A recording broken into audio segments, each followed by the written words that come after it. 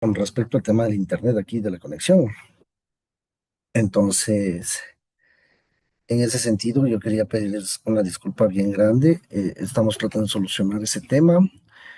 En este momento me acaban de pasar una contraseña del Wi-Fi de acá para poder conectarnos. ¿Listo? Ya, parece que la conexión está mejor. Listo, bueno, eh, está grabándose. Ok, la clase de ahora es una clase nueva para ustedes, es la clase de psicología criminal. Sí. Esta clase de psicología general es muy diferente, ¿no es cierto?, a- a lo que conlleva o lo que respecta tratar de entender la psicología propiamente dicha. Pero nosotros tenemos que remontarnos a la psicología propiamente dicha. Es decir, que primero, lo primero que tenemos que hacer, no podemos correr sin antes ponernos las medias, ¿no es cierto? Y los zapatos. Entonces, primerito vamos a ir por partes. Vamos a hablar acerca de la psicología. Vamos a dar una pequeña introducción acerca de los precursores de la psicología, ¿sí? Y una vez que ya está dado eso, vamos a insertarnos, ¿sí? O a inmiscuirnos en el tema que es de relevancia y de importancia para nosotros, que es la psicología criminal. Ok, pregunto, ¿la psicología criminal y la psicología forense es lo mismo?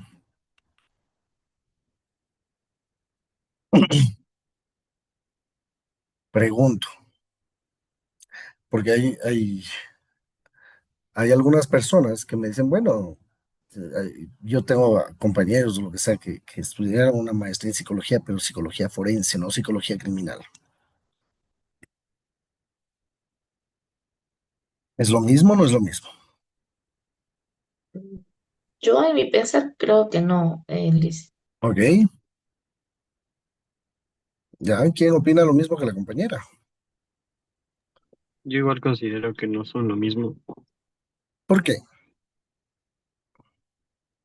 Sería porque la psicología criminal estudia y analiza el comportamiento del criminal. Perfecto, perfecto, ¿no es cierto? Y la psicología forense más se enfoca en todos los procesos y procedimientos judiciales que hay que hacer.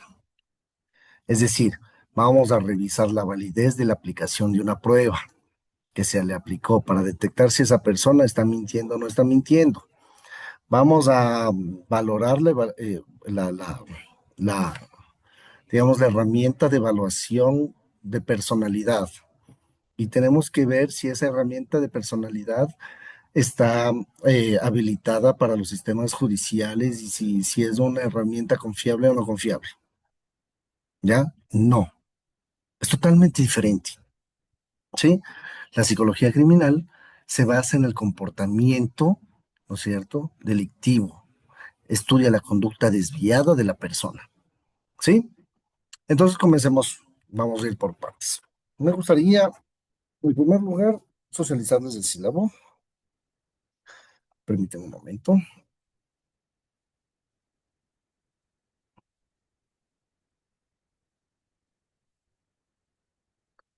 Ok.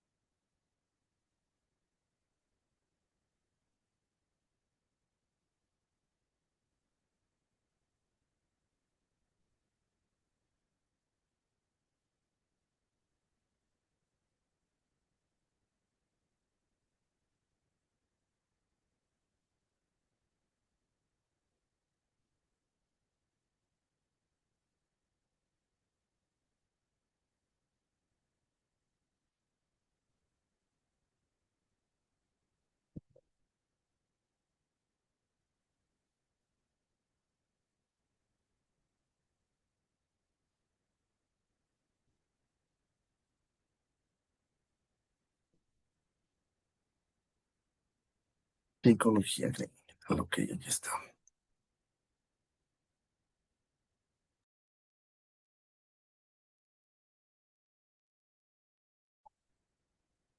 Mm,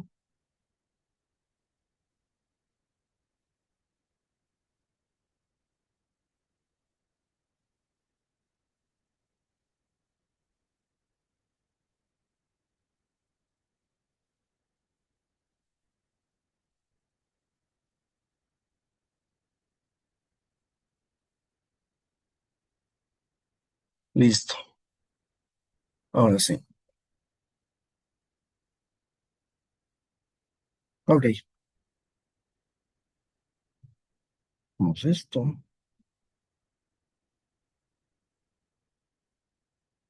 Me permito compartir la pantalla.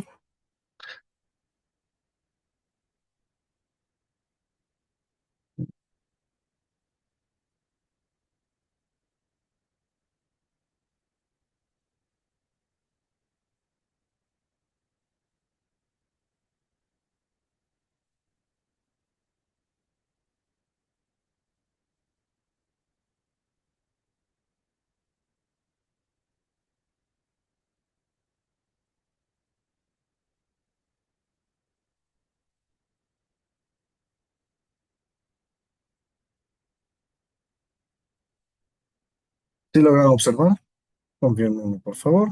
Vemos, estamos observando el sílabo. Sí, Lisa.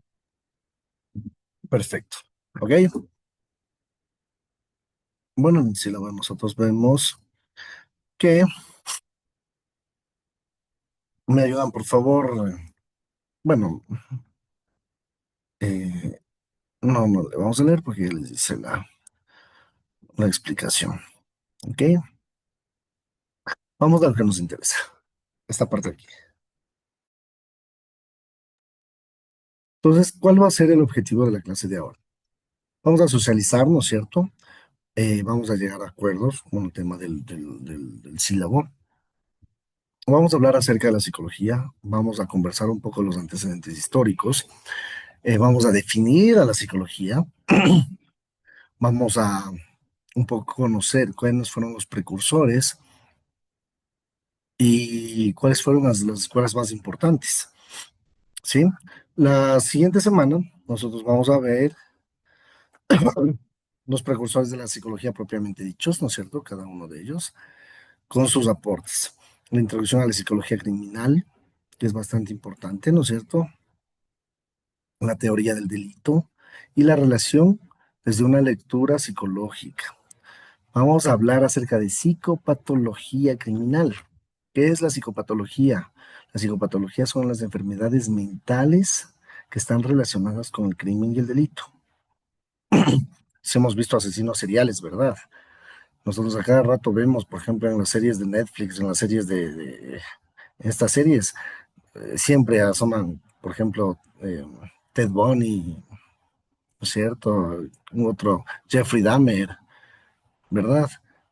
Entonces tenemos algunas personas y algunos personajes importantes ahí que tienen algunos trastornos. Entonces es importante que nosotros a partir de eso tratemos de entender un poco la, la, la psicopatología. Ok, vamos a estudiar los trastornos de personalidad y las parafilias, ¿sí? Vamos a estudiar la relación que existe entre la biología y la conducta criminal. Vamos a ver cómo se transmite genéticamente, cómo se transmite fisiológicamente y bioquímicamente, ¿sí? Vamos a tratar de entender todo ese aspecto. Para luego dar paso a otro tema muy importante que es el perfilamiento psicológico criminal. Esta parte de la asignatura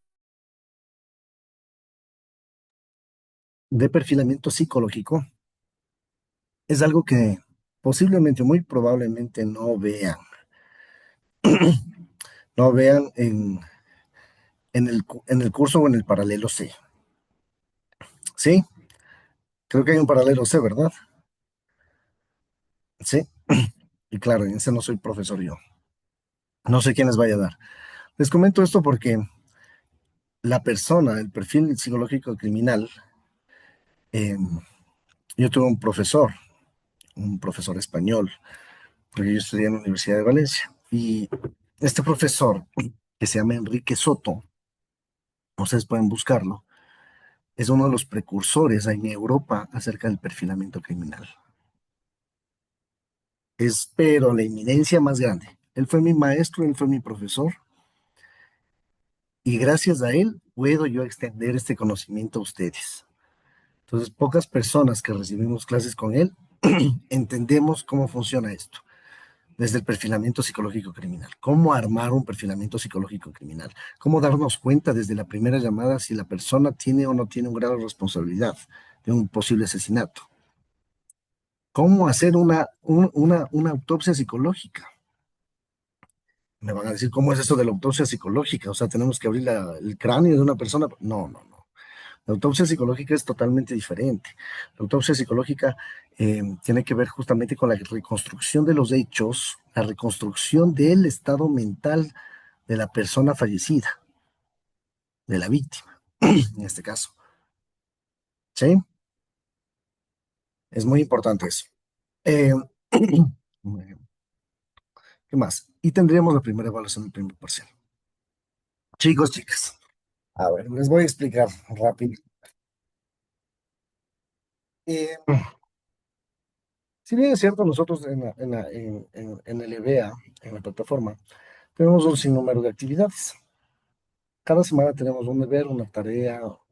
Esta semana, por ejemplo, esta semana ustedes tienen que hacer un mentefacto. Tienen que presentarlos el domingo, 11:30 de la noche, 11:50 de la noche. ¿Qué es un mentefacto? ¿Saben lo que es un mentefacto? Es un mapa conceptual, es una línea del tiempo, es un esquema gráfico. Chicos, chicas, por favor, les pido, si van a utilizar inteligencia artificial para hacer eso, a ver, hay un problema gravísimo con esto y quiero plantearles desde el inicio, ya que vamos a hacer esta primera tarea. Eh, sí quiero hacer énfasis en que muchas veces nosotros decimos, bueno, que me dé haciendo la inteligencia artificial. Le pongo el tema y me da haciendo el esquema, ¿verdad? ¿Cuál es el problema? Que todos, o la gran mayoría, tienen la misma inteligencia artificial y le dieron el mismo prompter a esa inteligencia, que el resultado del trabajo va a ser el mismo y similar al de todos. Entonces, cuando yo reviso y califico, digo, bueno, o todos se copiaron o todos le pidieron lo mismo a la misma inteligencia artificial y no cambiaron nada. Chicos, chicas, desde hoy, 11 de marzo del 2026, siendo las 2:43 de la tarde, les estoy avisando esto, para que me digan, profe, es que no nos dijo nada. Gracias a Dios y por suerte, estas clases están grabadas. ¿Sí? Entonces, desde ya les estoy avisando. ¿Ok? No quiero trabajos iguales. Veo un trabajo parecido a otro trabajo, tienen serio, tienen cero. ¿Sí? Por favor. Miren, este trabajo les invita a algo muy importante a ustedes. Con el hecho de que cambien un cuadro por una nube, ya es una diferencia. ¿Sí? Con que busquen otra referencia, otra bibliografía, y le pongan un párrafo más adicional al que ya está, ya marca una diferencia. Ojo, chicos, chicas, este trabajo tiene que tener referencias. Bueno, de hecho, todos los trabajos que yo mande tienen que tener referencias. ¿Sí? Todo, absolutamente todo tiene que tener referencias. ¿Ok? ¿Qué es lo que ocurre? Si ustedes hacen bien los trabajos, si hacen bien las tareas, si hacen bien todo, ustedes ya tienen a lo largo del ciclo ganados 7 puntos. Es decir que, miren, mi materia no es difícil, ¿ya? Todos pasan en mi materia si quieren, ¿ya? Lo único que tienen que hacer es asegurar esos 7 puntos. Porque cuando es el examen, créanme que a ninguno le va bien. O bueno, pocas personas han sacado buenas notas en los exámenes. ¿Sí? Entonces, es un error terrible conmigo no asegurar los puntos y quedarse supletorio. Es un error terrible. ¿Sí? Ojo, entonces, todo pasó por el copilation. Esa es otra cosa. Por el sistema antiplagio, que también es importante mencionarles eso. Ok, hablemos de la evaluación. La evaluación por lo general es una evaluación de 20 preguntas, ¿sí? Que va a estar va a estar en la plataforma del EBA, pero para eso van a tener que descargarse este programa, ¿cómo se llama? Mm, Se me fue el nombre del programa. Es un Protorizer. Proctor muchas gracias. Sí, el Proctor y obviamente van a tener que hacer el trabajo así, ¿no? Por medio de Proctor. A ver, chicos, chicas. El examen generalmente va a estar habilitado 1 hora, ¿sí? 1 hora va a estar habilitado el examen. Y consiste es un trabajo de opción múltiple, frases y palabras que hay que completar. Y de desarrollo tenemos análisis de casos. Y ahí es donde más fuerte les pega, ¿no es cierto? Porque les digo, a ver, por favor, mencióname la importancia que tiene. O mira, miren lo que yo puedo preguntarles. Dentro de un juicio, una audiencia, una persona que tiene un trastorno de personalidad, ¿ok? ¿Puede disminuir su pena si ha cometido algún tipo de delito? Sí, no, ¿y por qué? Y ustedes me van a justificar, ¿sí me entienden? Ya, ustedes me van a decir sí, todos van a poner sí, ya, pero si está mal justificado, tienen cero, ¿sí? Y si ustedes me dicen que no, y está bien justificado, tienen buena nota. Ojo con esto.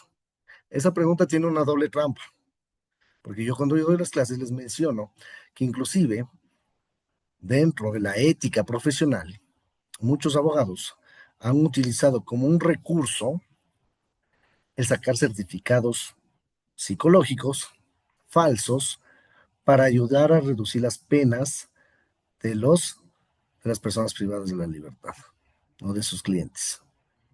Entonces, en ese caso, es lo contrario, ¿no es cierto? O sea, ayuda, pero hay que todo eso ir desglosando y desarrollando. Si me entienden, hasta darle un sentido lógico, porque de eso se trata. Entonces, son análisis de casos. Ya les voy a poner, por ejemplo, ya tenemos esto, ¿no es cierto? Es esa primera evaluación. Vamos con la segunda, que ya viene el tema de perfilamiento deductivo e inductivo, ¿no es cierto? Perfilamiento criminal. Se divide en dos, inductivo y deductivo. Ya hablaremos de eso. Los tipos de perfiles psicológicos. Vamos a hablar de la perfilación criminológica y la aplicación. Y aquí es importante algo. Conmigo van a trabajar algo que se llama técnicas de entrevista pericial. ¿Cómo tienen que pararse a entrevistar a una persona privada de la libertad? Me gustaría em, que tengamos esta opción de conversar con una persona privada de la libertad que haya salido y poder invitarle a la clase, ¿cierto? Cuando nos toque lo presencial y que ustedes le hagan unas pequeñas entrevistas, ¿sí? Me gustaría eso, porque quiero saber esa destreza, quiero conocer esa destreza, esas capacidades que ustedes de pronto tienen, ¿verdad? Ok, posteriormente a eso vamos a ver otro tema que es la huella psicológica. A este apartado, tenemos una película con 5 preguntas que yo les hago y que tienen que desarrollar.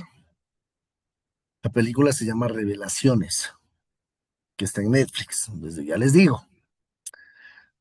Irán a conseguir, irán a ver quién les presta el Netflix, vayan a ver La Casa del Vecino, la película, La Casa del Enamorado, pero a ver la película, ¿no es cierto? A terminar de ver, ¿ya? O de la enamorada, se compran, se consiguen, piden a alguien el Magis, ustedes van a ver cómo se organiza, ¿sí? Pero de qué hay ahí esa película, ¿ok? Es una película coreana. Entonces, vamos a hacer un análisis de esa película. Ok, entonces, de ahí en adelante, ¿qué más tenemos? Vamos a hablar de las neurociencias. Es bastante importante mencionar a las neurociencias en todo este proceso, porque, ¿no es cierto? Porque la psicología tiene mucho que ver con los procesos mentales superiores. Entonces, como por ejemplo, ¿cuál es la función de la neuroanatomía? ¿Cierto? Anatómicamente mi cerebro, ¿qué ocurre? ¿Qué ocurre con los elementos o las estructuras anatómicas de mi cerebro? Digamos que yo tengo una hipertrofia en el lóbulo frontal. ¿Tiene alguna incidencia que yo tenga una hipertrofia en el lóbulo frontal? ¿O que yo tenga una hipotrofia en, en la silla turca? ¿Ya? O en los ganglios basales, o en el cerebelo, ¿sí? Y ahí viene el tema de la neurobiología del delito, que ahí vamos a ver temas relacionados con qué, cómo actúa nuestro cuerpo, cómo responde nuestro cuerpo a cierto tipo de situaciones. Y terminaríamos con otro tema que se llama neurociencias y neuroderecho. A ver, neurociencias, 2 puntos, neuroderecho y neuroética. Son 2 términos totalmente nuevos, ¿sí? Pero que es muy importante que lo sepan. Ok, preguntas, dudas hasta aquí.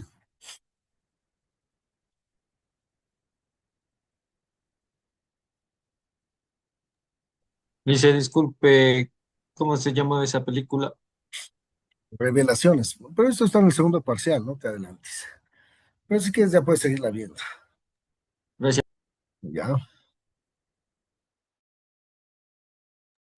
perfecto. Ok, voy a saber esto. Ok, yo tengo este librito que es muy, muy interesante, en el que se habla mucho del tema de la psicología, qué es la psicología, ¿ya? Porque tenemos que entender algunas cosas, ¿no? Alrededor de la psicología hay un montón de mitos, un montón de situaciones.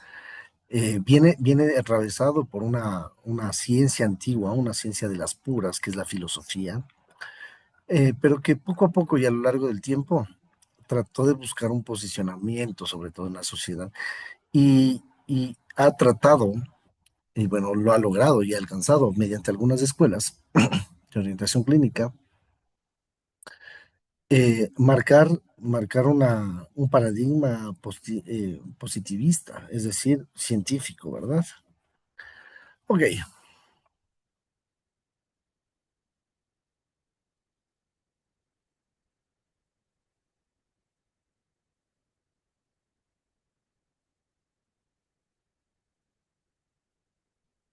listo. Ok,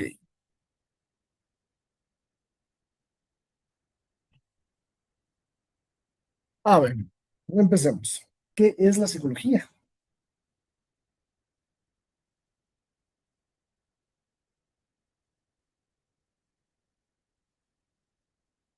¿Qué es la psicología? Yo tengo un esquema por aquí.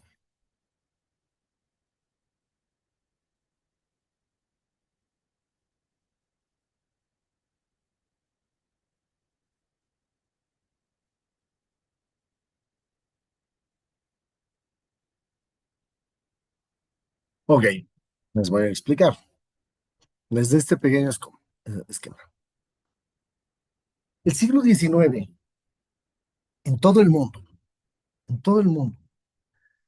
comenzó a tener un movimiento muy fuerte. Fue un siglo en el que se dieron muchísimos cambios. Uno de esos cambios, y creo que el más importante, fue el hecho de tratar de que todas las ciencias tengan rigurosidad científica, sean ciencias que estén sujetas a comprobaciones, a ensayos, pero que tengan ese mismo peso de veracidad. Y la psicología no se queda ahí. Entonces, comencemos a ver. La psicología nace de dos raíces filosóficas importantes, que es, por una parte, como vemos aquí, el empirismo y por otra parte, el racionalismo. El empirismo comienza a tomar mayor fuerza y representatividad con John Locke y David Hume. ¿Qué decía John Locke? Él es el primero que decía que la mente era como una tabula rasa. ¿Qué es esto de que la mente sea una tabula rasa? Ustedes van a decir que es una tabula rasa. Una tabula rasa es como si fuera, tenemos un cuaderno y el cuaderno tiene hojas en blanco, ¿no es cierto? Entonces una tabula rasa era una tabla blanca donde estaba vacío. Eso decía el empirismo. Y que a raíz o a consecuencia de las experiencias que nosotros vamos teniendo, esa tabla rasa se va llenando de todo lo que nos va pasando. Es como si fuera un diario que se va escribiendo solito acerca de todo lo que nos va pasando a lo largo de nuestra vida. Eso decía John Locke y David Hume. Viene otra raíz filosófica importante en este siglo, y es el racionalismo. Este racionalismo que, que un poco viene de estas ideas kantianas, que también viene desde posicionamientos como René Descartes, en los que la razón es la fuente de todo conocimiento. Ciertas ideas como la de Dios o la del yo generalmente suelen ser innatas cuando se trabaja esto. ¿Ok? Así como nosotros tenemos raíces filosóficas, también tenemos raíces fisiológicas. Entonces, por una parte, la psicología nace, le decimos la ciencia joven, porque nace de la filosofía, que es una de las ciencias antiguas y puras, y la fisiología. Entonces, ¿qué decían? Ok, desde la raíz fisiológica comenzaron algunos médicos a tratar de hacer varias investigaciones de acerca del cerebro, ¿no es cierto?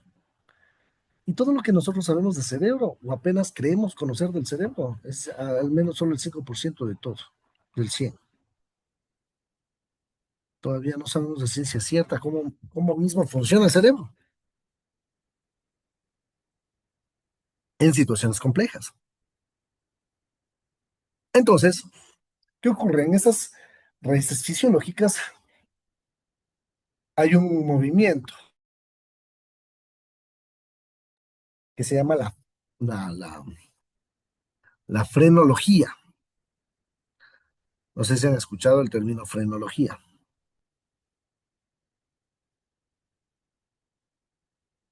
No, no todos al mismo tiempo.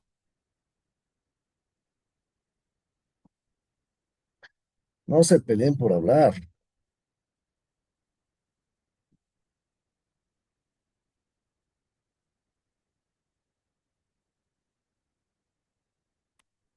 Bueno, la frenología era este estudio, estudiaba las circunvoluciones de cada uno de los hemisferios cerebrales. ¿Sí?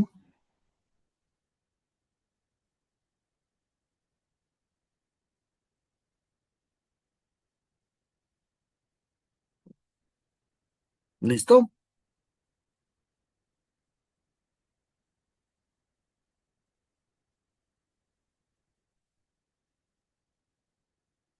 ¿O no? Ok, pero un ratito.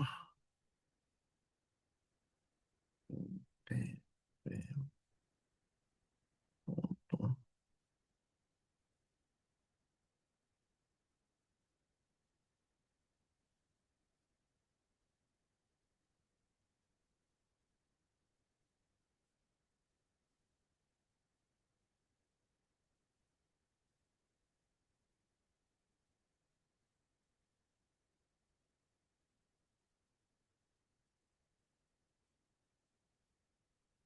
Bueno, listo. Entonces, venía de dos raíces, ¿no es cierto? Esta primera, que era la frenología, que estudia básicamente las circunvoluciones del cerebro, y comenzaron a tratar de explicar desde la frenología, mediante la fisiología, que el cerebro funciona con ciertas áreas. Ciertas áreas son las encargadas de cumplir una determinada función. Y ahí es donde aparece este señor, este joven que se llama Paul Broca. Aparece Paul Broca y dice, ok, he localizado yo el área del lenguaje del cerebro. Y le dicen, ok, ¿dónde está el área del lenguaje? Entonces, Paul Broca dice que se encuentra en la circunvolución anterior del lóbulo parietal, ¿sí? En posición cóncava. Y ustedes van a decir, "Chuta, ¿qué también me diría? Y ahora, ¿dónde está eso? Bueno, más arribita de la oreja. Sí, ahí es. Entonces, acá más arribita de la oreja tenemos dos áreas, que son los centros de Wernicke y o área de Wernicke y el área de Broca. Preguntas, dudas.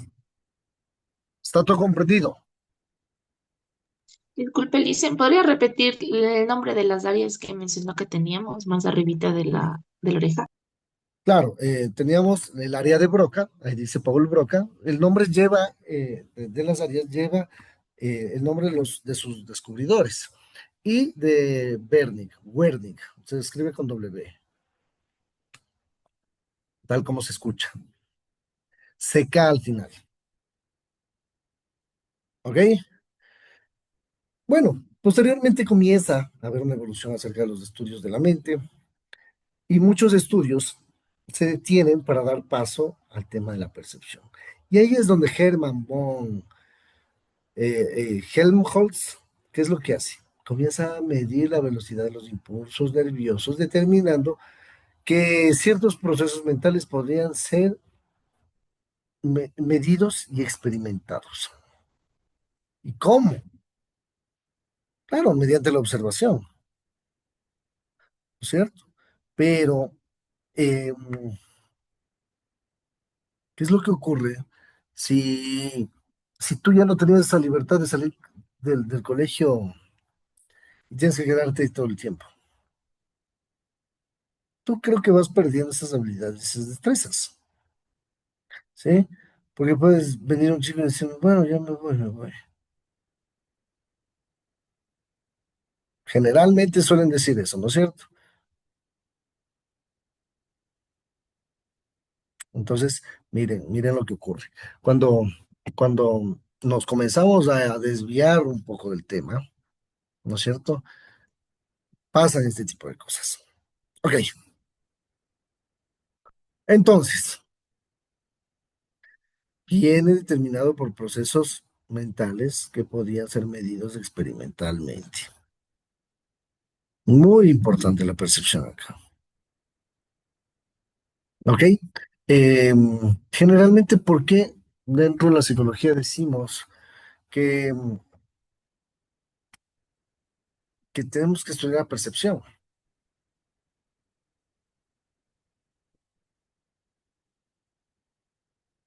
Generalmente es porque las personas privadas de la libertad tienen su realidad alterada. Sí, son personas que tienen la realidad alterada. Entonces, por ejemplo, ¿qué es lo que se puede hacer? Determinar qué procesos mentales se podrían, o sea, bueno, serían de pronto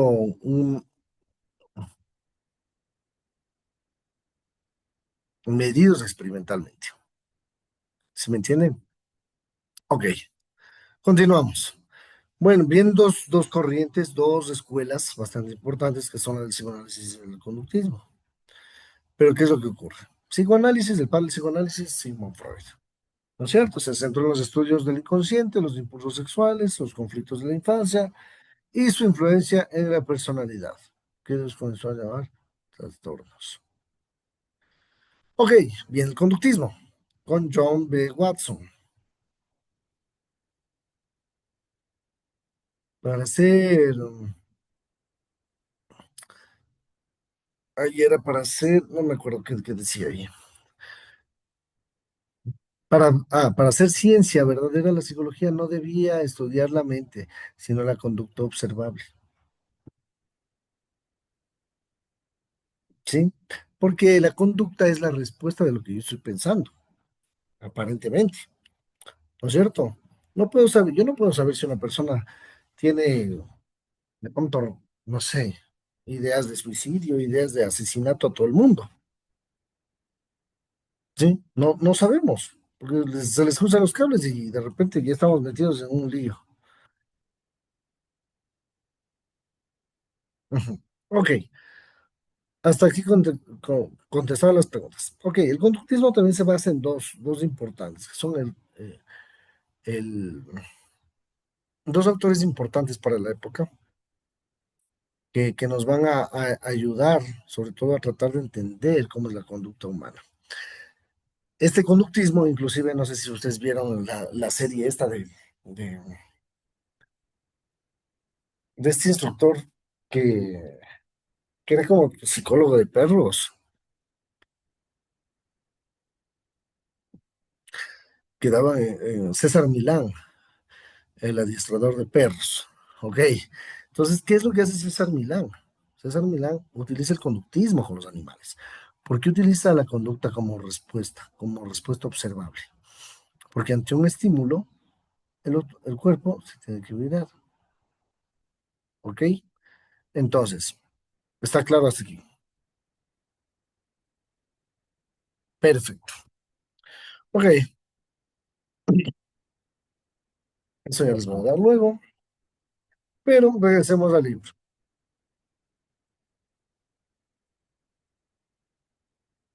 Regresemos al libro y vamos con lo siguiente. Ujú. Ok, a ver, vamos a entender lo que es la psicología. Entonces, no podemos irnos sin definir la psicología tal y como es. Y vamos a definir de esta manera, porque a lo largo del tiempo la psicología va cambiando también, igual que toda ciencia. El término psicología proviene de dos voces griegas, psiquis y logo, las cuales traducidas, ¿no es cierto?, de estudio se llama, a ver, el estudio del alma, psique o psiquis, ¿no es cierto? Representaba la mitología griega de una ninfa, un espíritu de los bosques, que se transformaba en diosa por obra de Eros o en Cupido, ángel que representaba el amor, pero también que no representó nada, ¿ok? Y ahí viene el mito de Psique y Cupido, ¿ya? ¿Qué era Psique? A ver, chicas, chicos, ¿qué era Psique?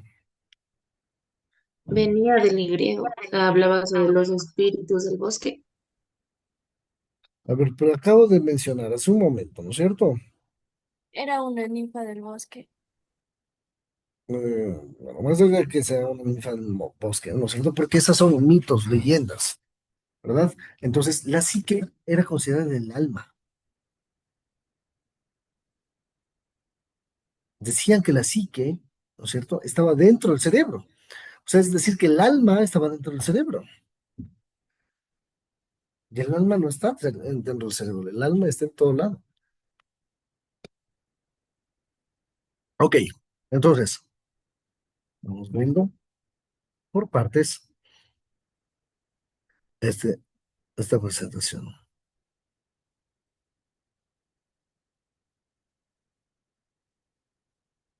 Ok, listo. Vamos con las siguientes cosas.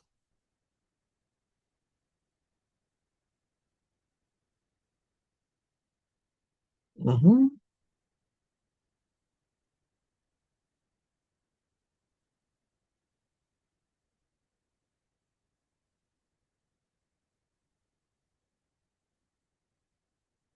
perfecto. Contemos la historia esta. ¿Alguien que me ayude, por favor, leyendo?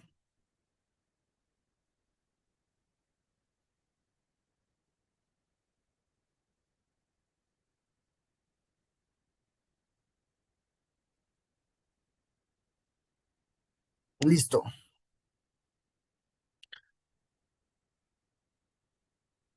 A ver quién me va a ayudar leyendo.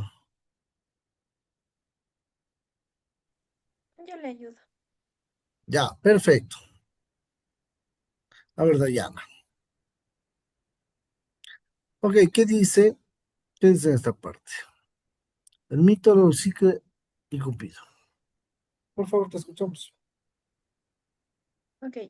Esta leyenda le introduce el escritor romano Lucio Apuleyo en el Ujú, capítulo 6 de su obra denominada Metamorfosis o El asno de oro, escrita hacia el año 125 después de Cristo, tratándose de una novela compuesta de 11 capítulos que relatan la odisea de Lucio, una persona que se transforma en asno por error, pero que abajo dicha piel conserva el entendimiento humano.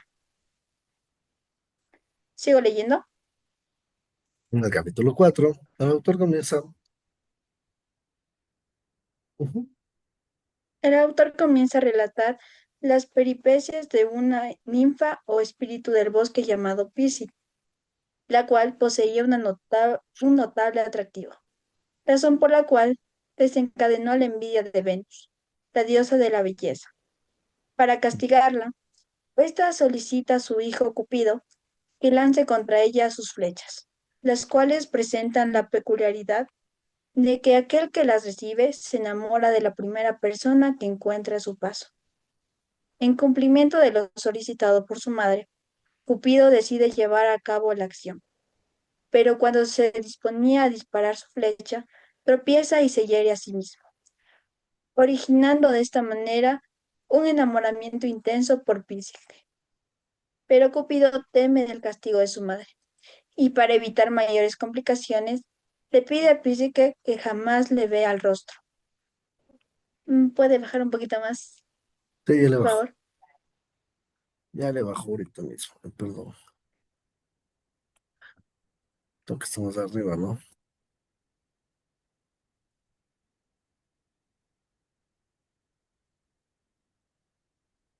A ver,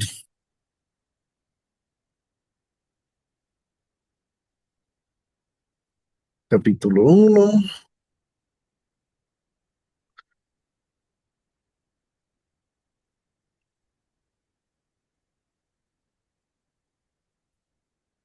Listo. ¿En qué parte te quedaste? En la parte que no quería que lo castigara y por eso le Ya. pidió a Cupido que no le está. Ok. Mm, Obviamente este tipo de pensamientos, este tipo de situaciones y de posicionamiento han hecho que la psicología vaya creciendo, se vaya dando cuenta que no solamente es una ciencia eh, unifactorial, sino es multifactorial, requiere de algunas cosas, que es bastante importante. Ok, leemos un poquito qué más dice acá arriba.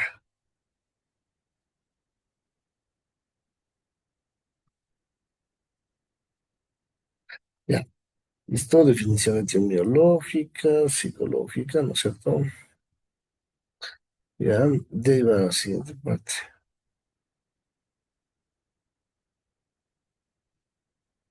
Perfecto, no sé por qué no vas.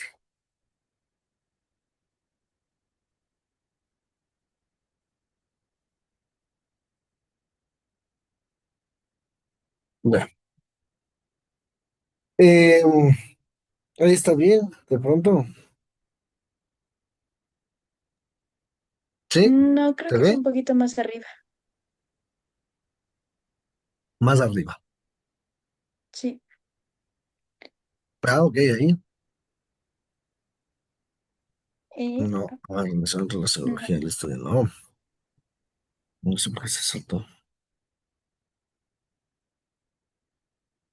Ujú,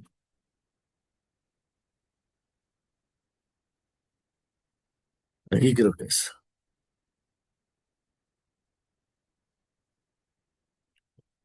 Ya, más arriba, más arriba, Sí, más arriba. más arriba está. No sé por qué, esto. Ok, más arriba,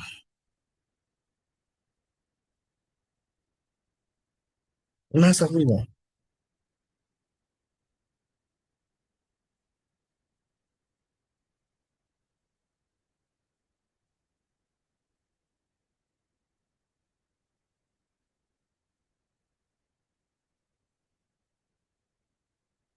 Ok, listo.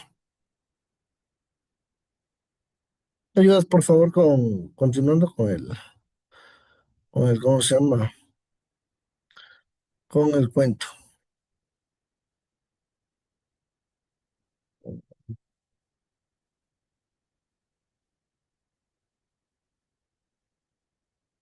ver,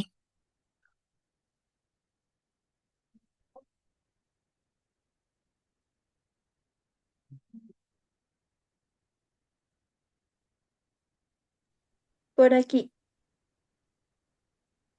más arriba, creo, más abajo. más Aquí, abajo. acá. Sí, aquí. Perfecto. ¿Qué nos dice, por Ok. favor? Pero Cupido teme el castigo de su madre y para evitar Ujú. mayores complicaciones le pide a Pisi que jamás le vea el rostro, para que no descubra que es hijo Sí de que Venus. digamos, digámosle sí que, ¿sí? Yo sé que se escribe fisque o algo así, pero, ay, Dios mío, se me subió de nuevo.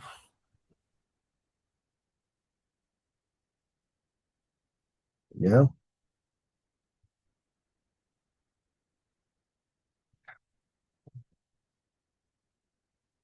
Ok, listo. Digámosle sí que. Ya me estabas comentando de la lectura. Sin embargo, sí que, o Cupido, Sin embargo, sí que sucumbe a la curiosidad.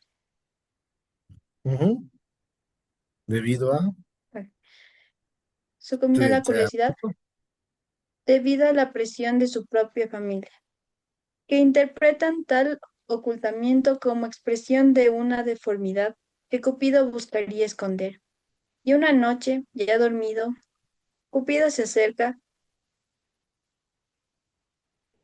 ujú, eh, eh, se acerca a una lámpara de aceite a su rostro, descubriendo de esta manera su identidad, pero dejando caer una gota que despierta a Cupido de su sueño, quien entonces huye de su lado.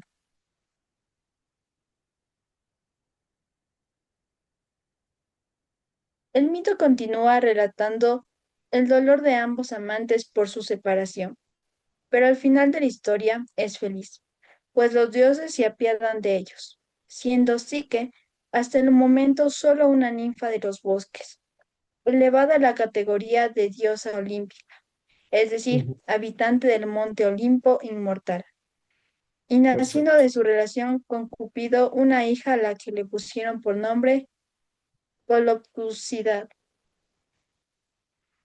No ¿Ya? obstante, la palabra psicología, fusionando ambas voces, solo comienza a utilizarse hasta los siglos,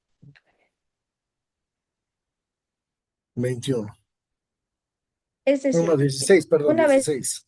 finalizada Siglo la Edad 16. Media y comenzada la Edad Moderna, la Edad Media termina.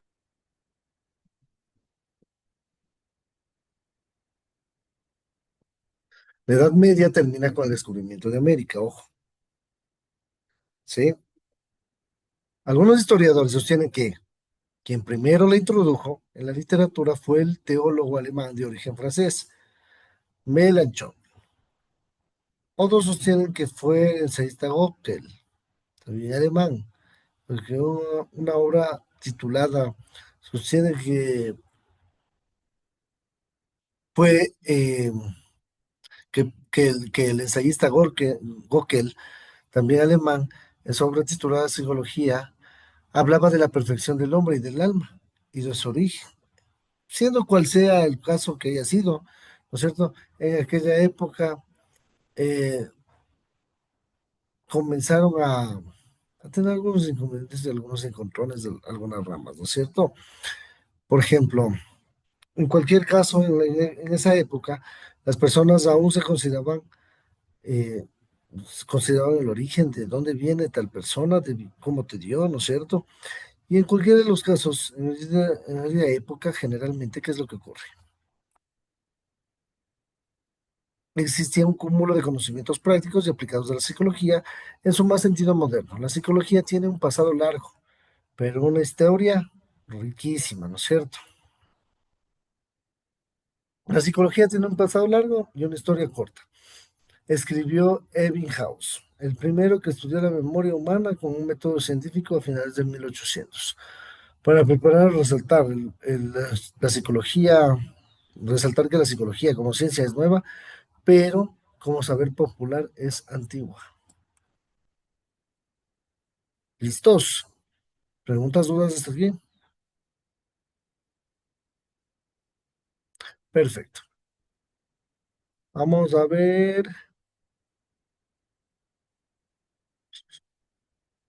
Sinfo. Sinfo por ahí. Se me está moviendo muchísimo.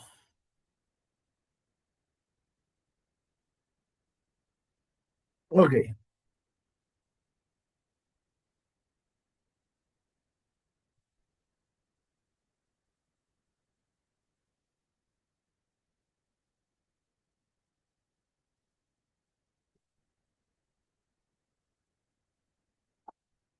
ok. Definamos lo que es psicología. ¿Qué es la psicología? Con todo lo que ya estamos, estos elementos que ustedes tienen. ¿Qué es la psicología?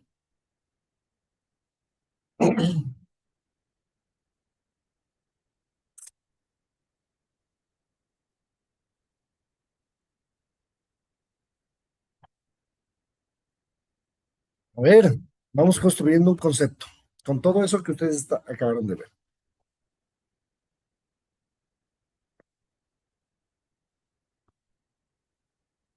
El estudio de la mente, Perdón, el estudio de.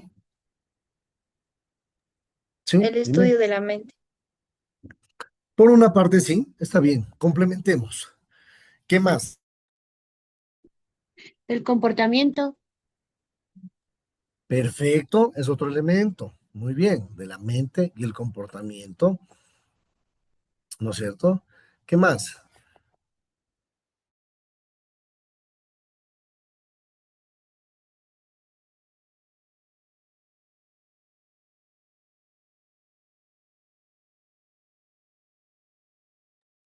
es la percepción de un individuo.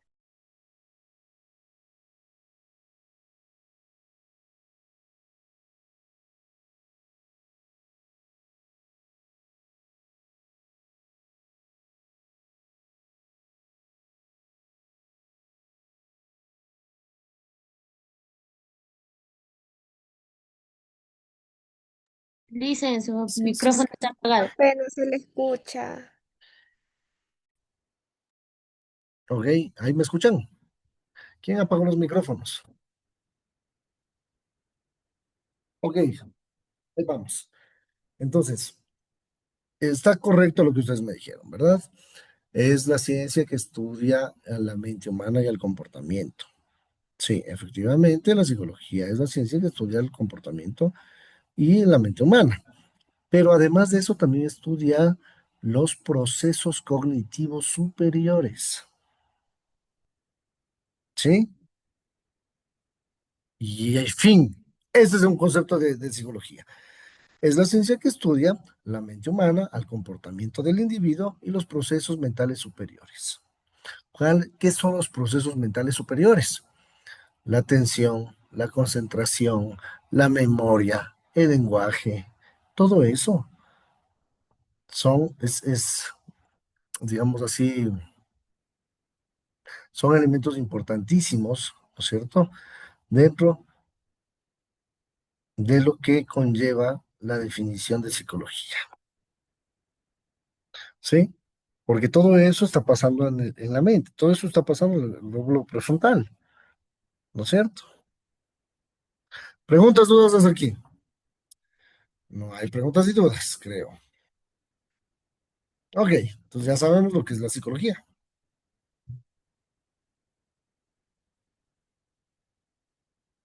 Ok.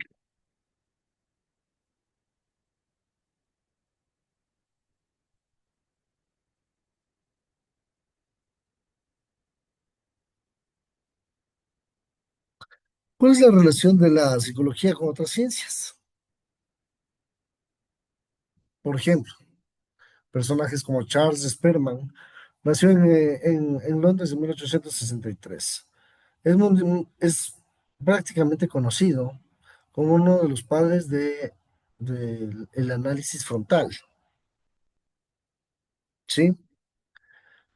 El cual aplicó sobre todo al estudio de los de la inteligencia, creando el conocimiento del coeficiente de correlación que lleva su nombre y sus aportes, sin embargo, también incluyen temas de percepción e historias de lo que fue la psicología.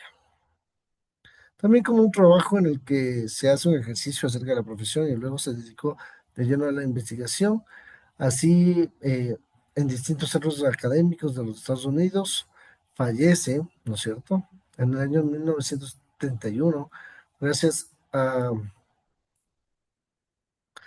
gracias a sus descubrimientos, un discípulo suyo, Raymond Cattell, desarrolló el primer estudio científico a gran escala denominada dimensiones de personalidad. Sí, miren qué tan importante era esto. Hay una relación, ¿no es cierto? Ok, creo que tú no me dejas querer leer. Ok. Preguntas, dudas hasta aquí. ¿Qué ha sido la psicología? A ver, Jenny, Tandapilco, ¿qué ha sido la psicología?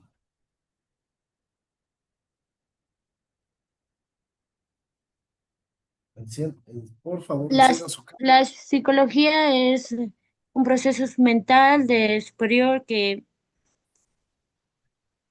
nos ayuda a ver el comportamiento de las personas. Ok, ¿qué más? ¿Qué habla acerca de los procesos mentales superiores? ¿Qué dije? ¿Qué comenté acerca de eso?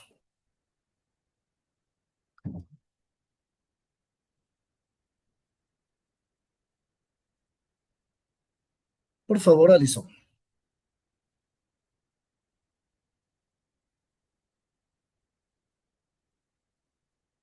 Alison. Eh, bueno, dicen, lo que yo entendí es que la ciencia es de la psicología, viene a ser la ciencia que estudia el comportamiento y la mente humana y también los procesos mentales superiores que usted nos explicaba, Perfecto, que era el basta. lenguaje y el... Exacto, basta. Sencillo, sencillo. Eso estudia la psicología. ¿Ok? Si nosotros nos damos cuenta, la psicología también tiene relación con otras ciencias, ¿sí? Una de esas ciencias es la historia, por ejemplo, ¿no es cierto? Entonces, eh, tiene una relación bastante interesante. Por ejemplo, los hechos que ocurrieron, para, para marcar un poco el tema del tiempo en, en esta asignatura. Por ejemplo, los historiadores dirían que en tal fecha ocurrieron tales situaciones o tales eventos, ¿no es cierto? Como fueron las batallas entre los cristianos. Entonces, lo que hace básicamente la historia es describirnos un suceso o un hecho, que no hace mucho es explicarla.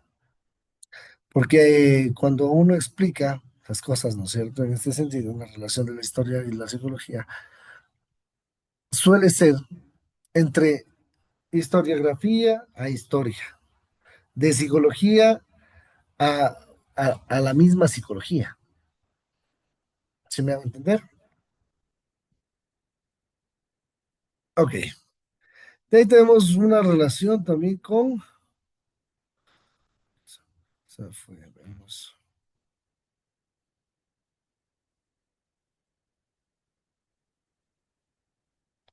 Ok,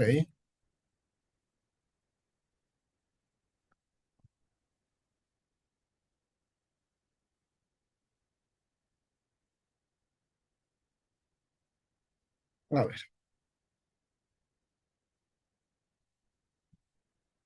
Es súper interesante todo esto, ¿no es cierto? Porque también la psicología se va mezclando o tiene relación con la criminología. La psicología también tiene relación con la fisiología. La, la,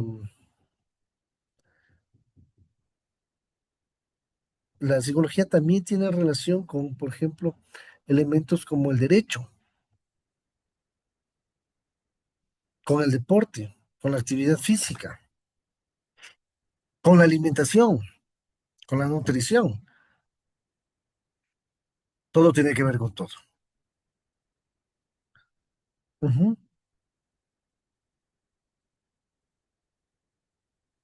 Uy.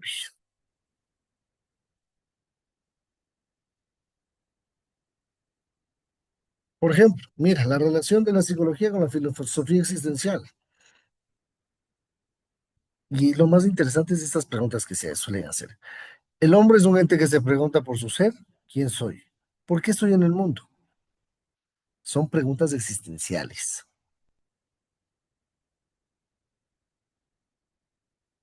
Mm, ¿Ok? Entonces, entendemos desde esta parte, ¿no es cierto? Entendemos que la psicología se vincula con la filosofía existencial, sobre todo en algo que se llama el existencialismo, porque va a introducir la dimensión fundamental para la comprensión de la naturaleza humana. Uno de sus errores exponentes es el filósofo alemán Heidegger, quien basa su antropología biológica y el antropólogo, ¿qué va a hacer? Va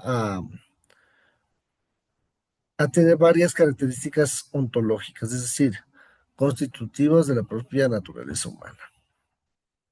Entonces, me parece interesante estas preguntas, me quedé pensando, ¿no? Ser un ser para la muerte es coincidencia, es conciencia de finitud que sabe que va a morir. Entonces, el miedo real que tiene una persona puede ser a estar solo o a morir. Ajá. Ok,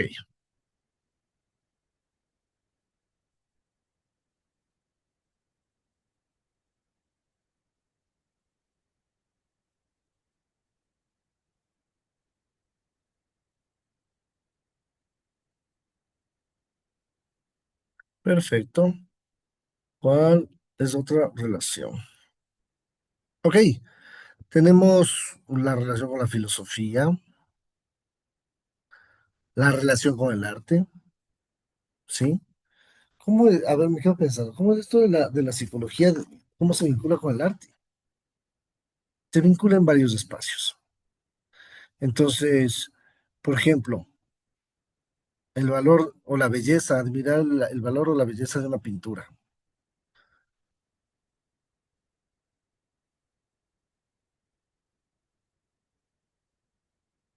¿ok? Profe, disculpe una pregunta.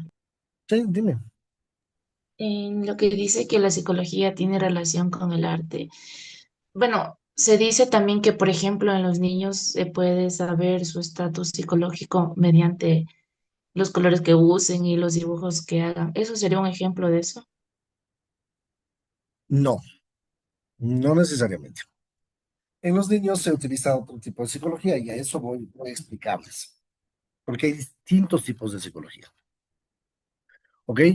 Em, Se relaciona con el arte porque se relaciona con el arte en términos de valor catártico. ¿A qué me refiero con esto? A temas relacionados con la expresión de energía que tú tienes que sacarlo, ¿sí? Es bastante importante eso.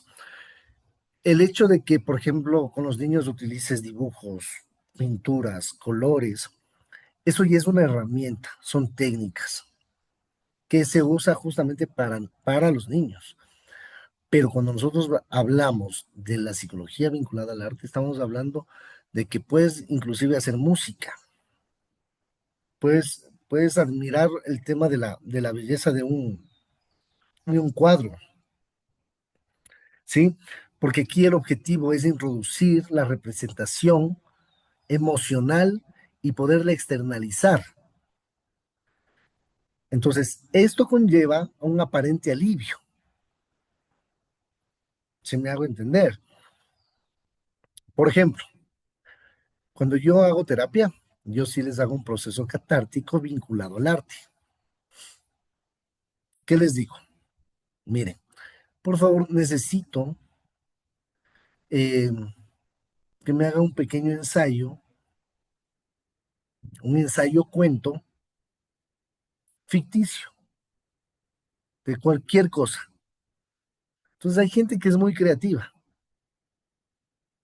y me hacen cuentos, me hacen libros, me hacen capítulos, me hacen todo. Y, y ahí viene esto, ¿no es cierto? Porque el arte, más allá de ser una técnica, ¿no es cierto? Y el recurso en este caso, eh, es algo que se debe determinar bajo cierto tipo de condiciones.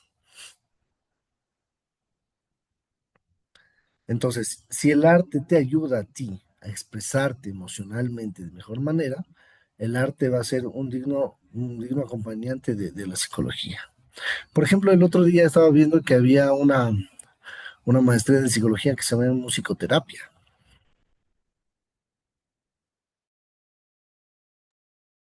Me llamó muchísimo la atención y me quedé pensando en una institución en la que yo trabajé.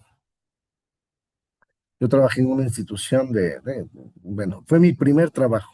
Yo estaba estudiando, yo creo que estaba en cuarto semestre, como casi ustedes. Fue el primer trabajo que tuve como asesor académico y como profesor de métodos de lectura rápida en un instituto que se llamaba ILBEN. No sé si sigue existiendo. ¿Ok? En algunas ciudades sigue existiendo, en otras ya no. ¿Qué ocurría? Había un programa bastante interesante que se llamaba Tomatis. Este programa, que obviamente estaba muy vinculado el tema del arte con el tema de la psicología, tenía que ser llevado de una manera completamente diferente. ¿Por qué? Generalmente se trabajaba con niños que tenían síndrome de Down, con niños o chicos que tengan problemas de educación o dificultades para la educación. Yo nunca estuve a cargo, no estuve yo a cargo de ese proyecto, pero una vez tuve la oportunidad justamente de conocer cómo hacen toda esta situación. Y, y me llamó muchísimo la atención cómo la psicología podía vincularse con otras ciencias, en este caso con la música. Cuando el niño entraba a un salón prácticamente adaptado, con muchos insumos, para que se pueda desarrollar de mejor manera sus habilidades, sus capacidades, ya sea cognitivas o motrices, era necesario que utilice un aparato que era como unos audífonos. Y en la parte de arriba tenía un sensor que vibraba y te daba pequeños golpecitos acá, en la parte superior de la cabeza. Tenías que permanecer casi 2 horas con los audífonos. ¿Escuchando qué? Música clásica, cantos gregorianos y una música diferente. ¿Por qué? Me llamaba la atención y decía, ¿por qué esa música? Porque lo que buscaba justamente era, ¿no es cierto? Una representación artística de lo que conlleva bajar a niveles de ansiedad, bajar los niveles de ansiedad. En este caso, una melodía pudo de pronto calmar los ánimos de- de algunas situaciones.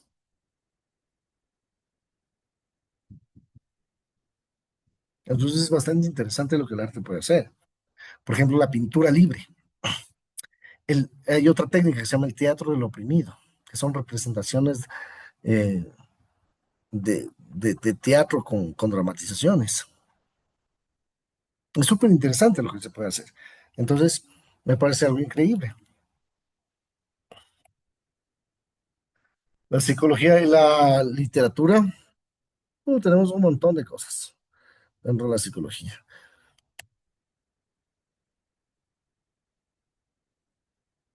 Ok, a ver,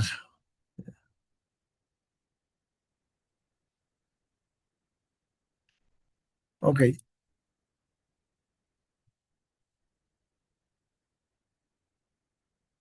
¿Alguna pregunta, alguna duda hasta aquí? ¿Todo está bien claro? No lo encuentro. Más arriba está.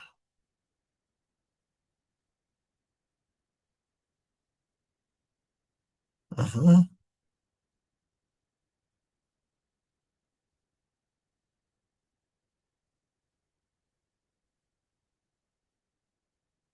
Listo. Ahí estamos.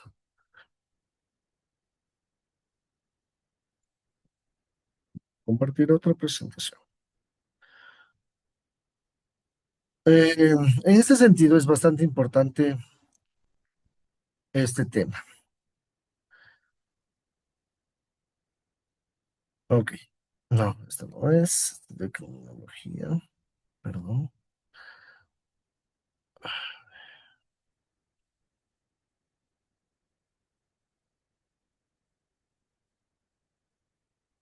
Listo, vemos. Sí. Bueno, como ya hemos hablado acerca de la psicología, tengo que mencionar lo siguiente. En el año 1979, aproximadamente en ese año, en la ciudad de Leipzig, Alemania, hubo un señor, un precursor de la psicología, que gracias a él se logró tener el primer laboratorio de psicología para que tenga esta rigurosidad científica. Ok, ¿cómo nace la psicología clínica? A finales del siglo XIX, como les dije, todo pasa en el siglo XIX. Surge una rama aplicada a la psicología, separándose de la filosofía para abandonar los problemas humanos concretos. ¿No es cierto? Vamos a abordar los problemas humanos concretos y vamos a abandonar el existencialismo y el pensamiento complejo que exigía la filosofía. Entonces, comienza a marcar un algo, ¿no es cierto?, dentro de la psicología, que es un enfoque clínico. La psicología tiene varios enfoques. Ustedes van a escuchar, ¿y qué estudiaste tú? Ah, estudié psicología organizacional. ¿Y qué es eso, la psicología organizacional? ¿Ya? Ok, es la ciencia que estudia el comportamiento, ¿no es cierto?, de las personas dentro de una empresa o dentro de su lugar de trabajo. ¡Wow! Es totalmente diferente, ¿no es cierto?, a lo que plantea la psicología clínica. Ok, soy psicólogo social. Ah, eres psicólogo social. Entonces, ¿qué estudias? Yo estudio el comportamiento del individuo dentro de la sociedad o de una comunidad. Entonces, mi objeto de estudio no es una persona, es un grupo de personas.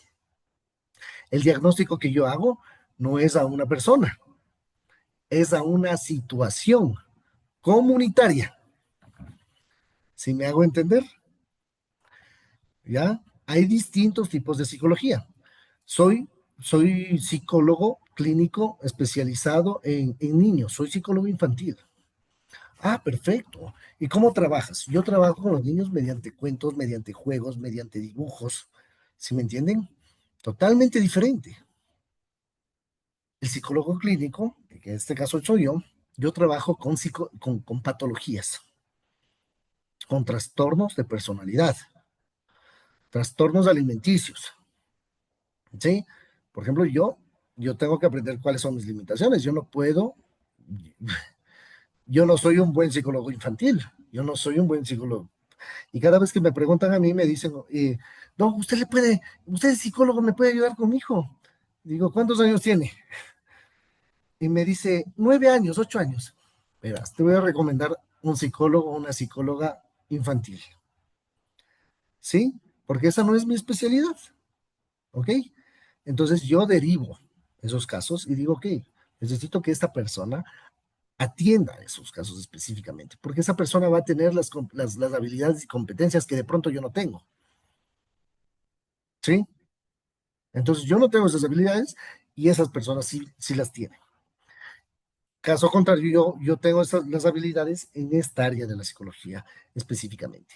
En este caso, estamos hablando de la psicología clínica, porque la psicología criminal viene a nacer de la psicología clínica, ¿sí? Porque vamos a ver muchísima patología clínica aquí, ¿sí? Aquí vamos a ver bipolaridades, esquizofrenias, ¿sí? Bastante interesantes.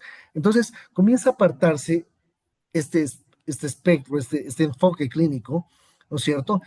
Especializándose en algo importante que es la evaluación, el diagnóstico y el tratamiento de los trastornos mentales, estableciendo métodos científicos rigurosos. Y ahí viene el término de la psicoterapia. Entonces, yo soy psicoterapeuta. Yo soy psicoterapeuta en este caso. Miren qué interesante todo esto. No todo psicólogo puede atender pacientes, igual que no todo abogado puede pararse frente a un tribunal a defender a un, a su cliente. ¿Sí? Pasa en las carreras, pasa. Entonces, no todos los psicólogos pueden atender pacientes. Yo amo atender pacientes, pero yo tenía compañeros en la universidad, bueno, que luego ya fueron compañeros en trabajos y todo, que les costaba, que les costaba muchísimo el tema de escuchar pacientes. No podían. Entonces, ellos se dedicaron más a la investigación.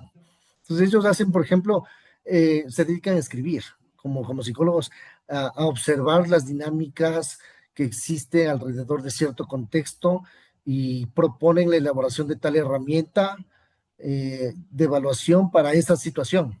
Si me hago entender, se han vuelto más psicólogos de oficina de investigación de ciertas situaciones, pero no de pacientes.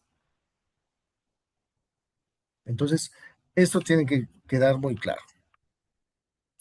William Wundt, que fue la persona que les estaba mencionando, funda la psicología científica en Leipzig, Alemania. Ha sido en 1879, yo 1979 creo que dije, 1879, ¿ya? Proporcionando los fundamentos metodológicos para la práctica clínica. Importantísimo.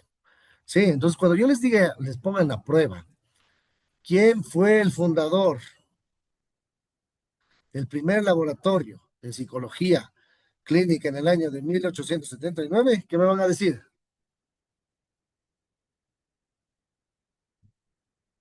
William Wundt, ¿verdad? Entonces, eso les voy a preguntar. Ok, siguiente. Ok, decimos que Litter Whitmer, bueno, yo les voy a comentar. Los precursores de la psicología son muchísimos, muchísimos. De hecho, nos terminaríamos cansando solamente de ver tanto precursor, tanto autor, tanta pendejada, tantos que decían tantas cosas, luego venía uno, les refutaba, le venía el otro, les refutaba, luego sacaba una nueva teoría y así empezaron. Por eso yo comienzo a discernir para mí los más importantes. ¿Ok?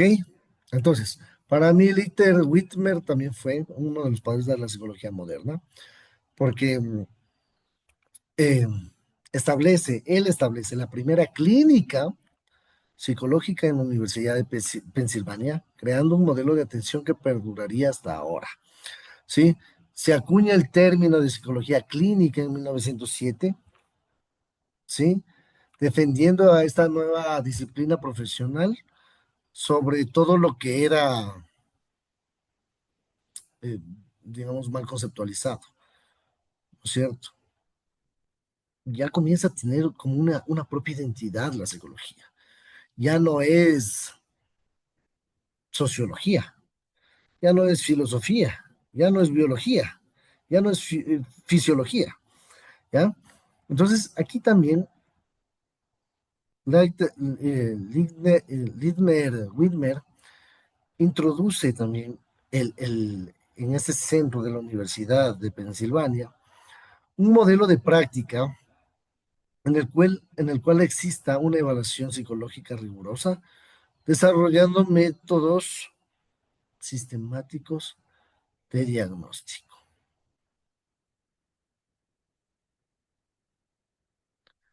Ok, 1896, un poco más tarde de, de cuando se creó el primer laboratorio en Leipzig. ¿Qué es lo que hace Widmer, por ejemplo, aquí? Revoluciona la atención psicológica estableciendo el primer centro de práctica formal de toda la historia. Importantísimo. Ok, ahora hablemos de algo muy importante. La psicología tiene varias corrientes. Cuando hablo de corrientes, hablamos de modelos. Por ejemplo, cuando una persona, bueno, yo les hablo en el espacio terapéutico, cuando viene un paciente mío y me dice, me comienza a contar su vida, sus traumas, sus problemas y todas sus cosas, y yo comienzo a pensar y digo, ok, esta persona tiene un caso muy parecido al que me tocó la semana pasada. Y de pronto le propongo trabajar en un modelo de terapia que me fue bien con esta persona. Y total no me fue bien, porque esta persona necesitaba otra cosa. ¿Sí? Cuando me doy cuenta que necesitaba otra cosa, entiendo algo. Entiendo lo siguiente. Entiendo que no todos los modelos sirven para las mismas personas y los mismos casos.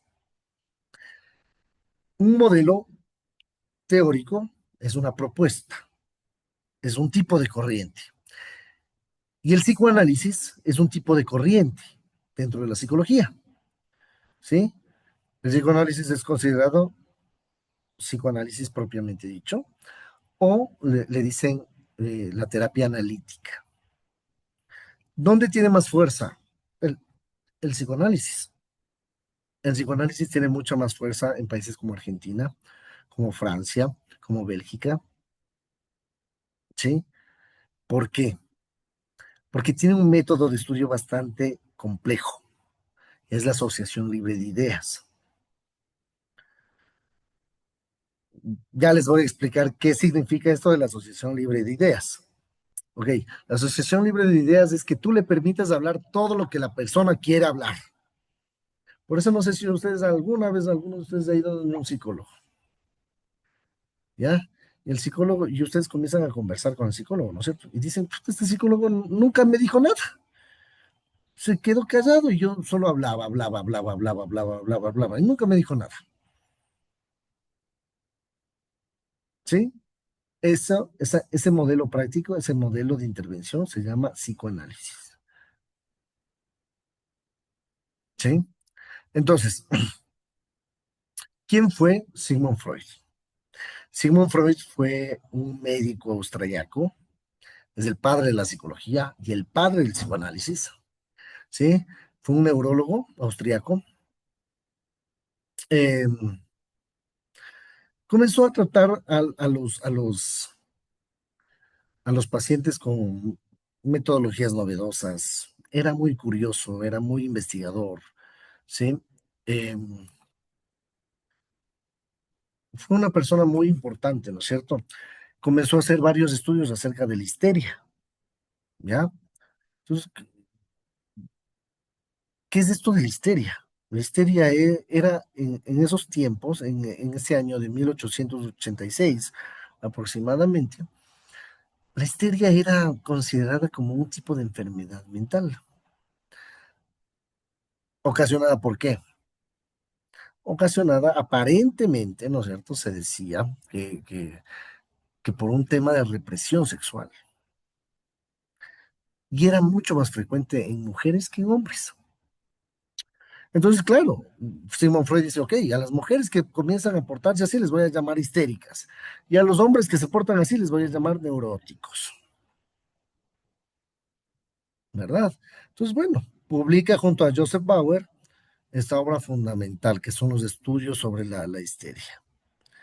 Y comienza a introducir un método de terapia verbal. Por eso les digo, la terapia de la asociación de ideas. La terapia verbal significa que tú hables todo lo que tengas que hablar, hasta que saques. Todo lo que necesitas sacar hasta que te quedes sin palabras, sin una idea que no puedas contar. ¿Sí? Freud versus Widmer, dos fundadores, dos enfoques, importantísimos, ¿no es cierto? Sigmund Freud en Europa, Widmer en Estados Unidos, ¿ya? Entonces, ¿qué pasó? En un enfoque terapéutico y teórico profundo, enfoque diagnóstico y clínica aplicada de Widmer, ¿no es cierto? El método de intervención de la psicodinámica y el método era la evaluación psicológica sistemática. Legado, psicoanálisis y terapia verbal. Legado, psicología clínica moderna. ¿Ok?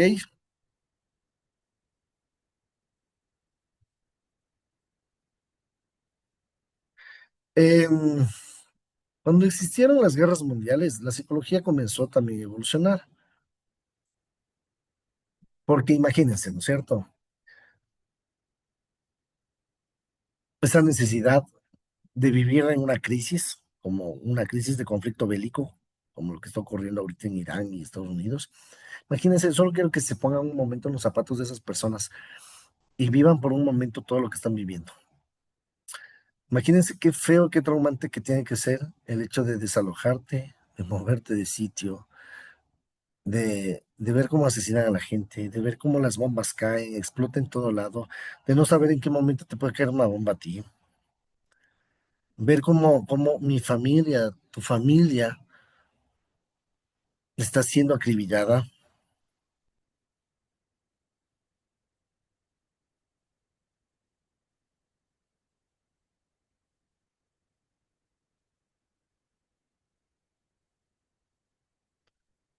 ¿ya? Ok. En la evolución de las guerras mundiales pasa algo muy importante.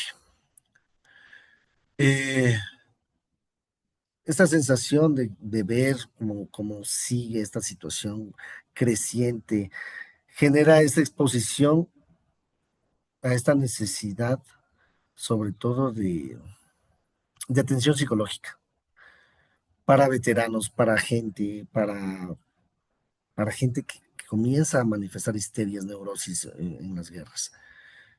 Y la psicología comienza a expandirse por los traumas. En Estados Unidos, específicamente, eh, para los veteranos de guerra hay un tipo de terapia especial, propuesta por una autora que se llama, no me acuerdo el nombre, pero de apellido Shapiro, tiene, una nueva propuesta, se llama EMDR, el tipo de terapia. Y es una terapia basada en luces, en movimientos oculares, movimientos veloces oculares. ¿Para qué? Para que el quiasma óptico, que está cruzado así, tenga esa flexibilidad y pueda trabajar los dos hemisferios cerebrales. Una teoría loquísima desde la neurociencia. ¿Ya? Entonces, la psicología comienza a expandirse muchísimo más allá del diagnóstico, mucho más allá de la psicoterapia activa, y comienza a mantener ciertos tratamientos ya especializados. Eh, Comienza ya a existir más formación académica en esto, porque no había formación académica. Para ser psicólogo tenías que ser médico, ¿sí? Entonces tenías que tener sí o sí formación en medicina para ser psicólogo. Perdón. Y eso es importante. Ok, tenemos tres autores más, con esto termino. Alfred Binet, Carl Jung y Mary Jones. Ok, cuando hablamos de Binet, decimos que fue el creador del primer test de inteligencia y fundador del primer laboratorio de psicodiagnóstico. Ojo, psicodiagnóstico, no de psicología. ¿Ya? El psicodiagnóstico es totalmente diferente a la psicología. ¿Ok? Entonces, Alfred Binet creó el primer test de inteligencia, ¿no es cierto? Primer test de inteligencia. Carl Gustav Jung. Carl Gustav Jung fue el predecesor de Sigmund Freud, ¿sí? Y él tuvo muchas peleas con Freud, por decirlo así. Comenzó a estudiar muchísimo lo que era la psicología analítica, pero él introduce un concepto nuevo. Si bien es cierto, Sigmund Freud introduce el concepto del inconsciente y el consciente, eh, Gustav Jung menciona que existe un inconsciente colectivo. Es decir, que el inconsciente no es solo personal, sino que el inconsciente puede ser un inconsciente de todo el grupo. Y menciona que las personas tenemos representaciones simbólicas arquetípicas. ¿A qué me refiero con arquetipos? ¿Qué es un arquetipo? ¿Ya? Es un tipo de representación simbólica, ya sea de algo femenino, de algo masculino, de un rol, ¿sí?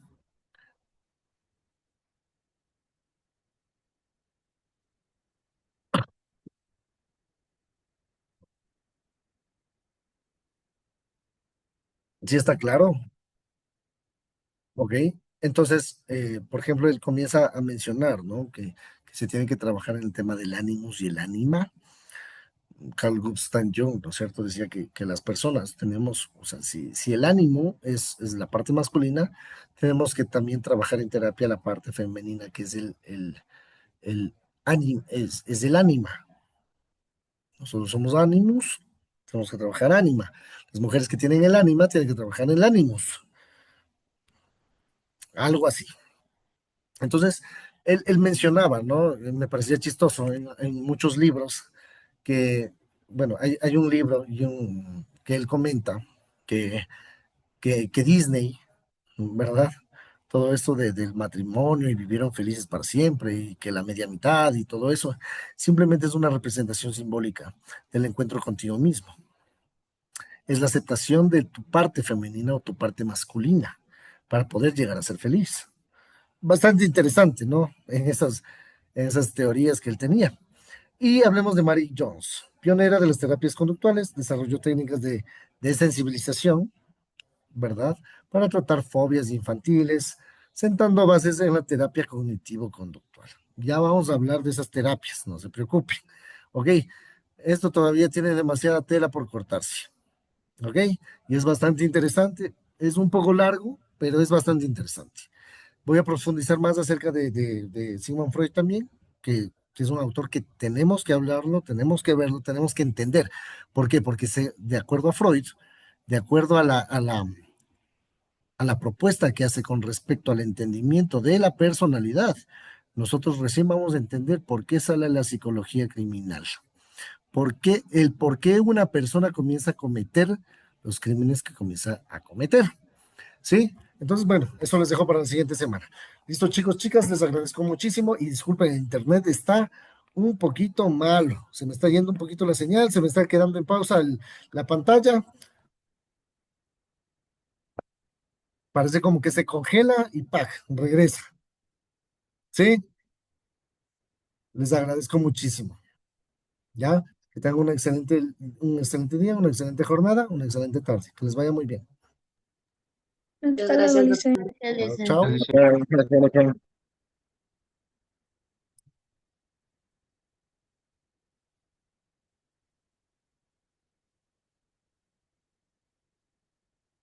Aló, Francisco. ¿Cómo estás? ¿Cómo te va? Sí, oye, te quiero pedir yo un favor. Acabo de tener clases con psicología y no les puse me olvidé. Ahorita, sí, sí, ahorita estoy. Ah, ya, ya. Sí, sí, porfa. Sí, sí, ahorita estoy terminando. Uy, justo.